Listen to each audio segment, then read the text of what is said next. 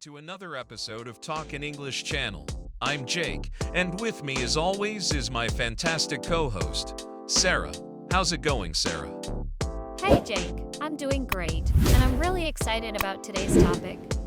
We're going to talk about something that happens to everyone, but it's especially tricky for English learners: how to handle interruptions in conversations. Exactly. This is something everyone deals with, whether they're speaking in their native language or learning a new one. Being interrupted can really throw you off, and if you're learning English, it can make things even more challenging. So today, we're breaking down practical strategies for dealing with interruptions while staying calm and confident. Right. Before we dive into the strategies, let's talk a bit about why interruptions happen in the first place. There's no one-size-fits-all reason, right? Exactly. In some cases, people interrupt because they're really enthusiastic or excited about the conversation, and they just can't wait to share their thoughts. In other situations, especially in formal meetings or business settings, people might interrupt to keep things moving quickly. Yeah, and let's not forget, sometimes people interrupt because they disagree with what you're saying or want to steer the conversation in a different direction. It can feel uncomfortable, but it's a normal part of communication. Totally. The key is learning how to manage these interruptions without losing your confidence or getting flustered. So let's get into it, Sarah. What's the first strategy? Strategy 1. Stay calm and collected. This one's big: stay calm and collected.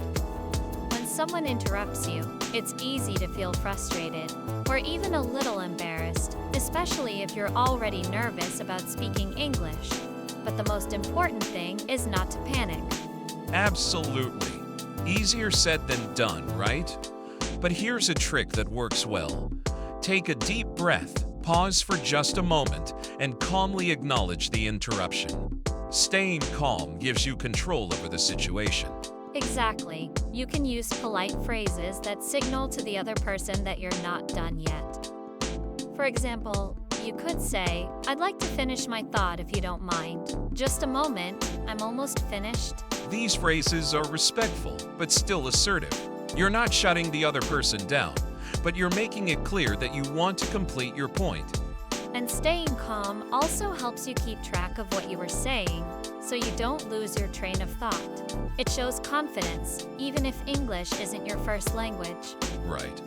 One of the worst things that can happen when you're interrupted is losing your place in the conversation, and suddenly you're scrambling to remember what you were going to say. But if you stay composed, you can easily jump back into your thought.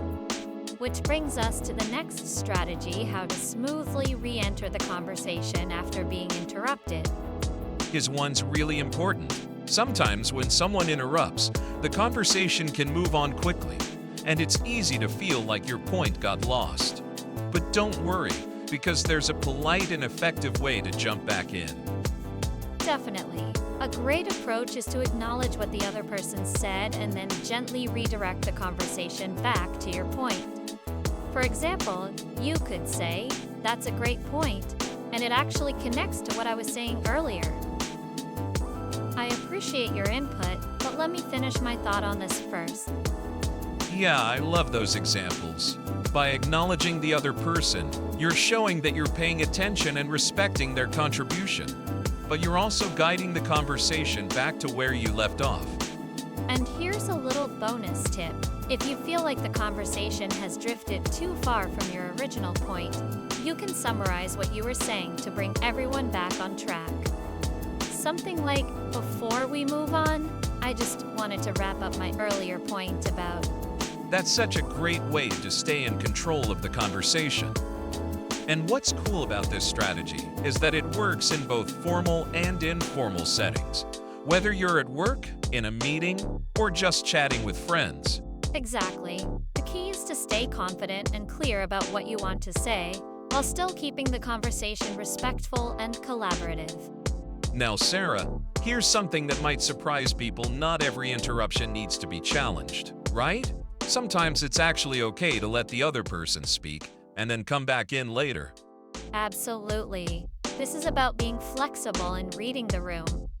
If the other person is adding something valuable, or if they seem really passionate, it might be better to let them finish and then contribute afterward. For sure. A lot of times in conversations, especially group discussions, it's a back and forth. You don't always need to jump back in right away. You can listen and respond when it's appropriate. Exactly. You can use phrases like, "Thanks for that. I'd like to add to what I was saying earlier." "That's a great addition. I'll just finish my thought quickly." Right. This shows that you're engaged in the conversation, but you're not trying to dominate it. It's a great way to balance being assertive with being a good listener. And speaking of listening, Jake, this brings us perfectly to our next point, active listening. Ah yes, active listening. This is something a lot of people overlook, but it's so important when you're dealing with interruptions. The better you are at listening, the better you can handle interruptions. Exactly. When you're truly listening, you can pick up on cues that someone might want to speak, and you can even prevent interruptions by signaling that you're not done yet. For example, if you sense someone is about to cut in, you can say, "Let me quickly wrap this up, just to finish my point." That's such a good tactic. By giving those signals, you're letting others know you're still speaking, but you're also showing that you're aware of the conversation flow. Exactly. Right. The more you practice active listening, the more natural it becomes to handle these moments in conversation. You'll feel more in control, and interruptions won't seem like such a big deal anymore. Let's break it down even more with a quick role play, Jake. Imagine we're in a business meeting and you're presenting an idea. I'll interrupt you, and you can show how you'd handle it. Sounds good. Let's do it. But don't you think it's better to invest in a new product line rather than just focusing on marketing? So, I think the best approach for increasing sales next quarter is to focus on personalized marketing strategies. We've already seen a 15% increase in engagement from our recent campaign. See? Perfect example. You acknowledged my point, but you didn't let me derail your thought. You stayed in control and kept the conversation focused. That's a good point, Sarah. I'd love to hear more about that.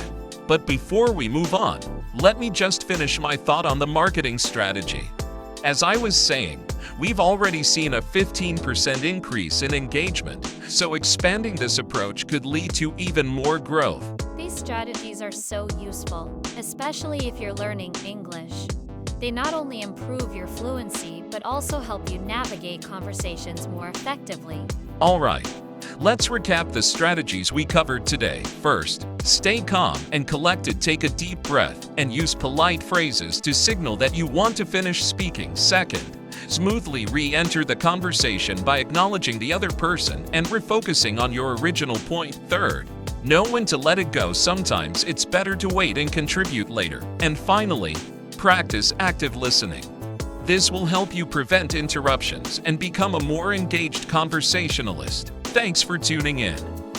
If you found this video helpful, be sure to give it a thumbs up and share it with your friends. Don't forget to subscribe to our channel for more tips on improving your English skills.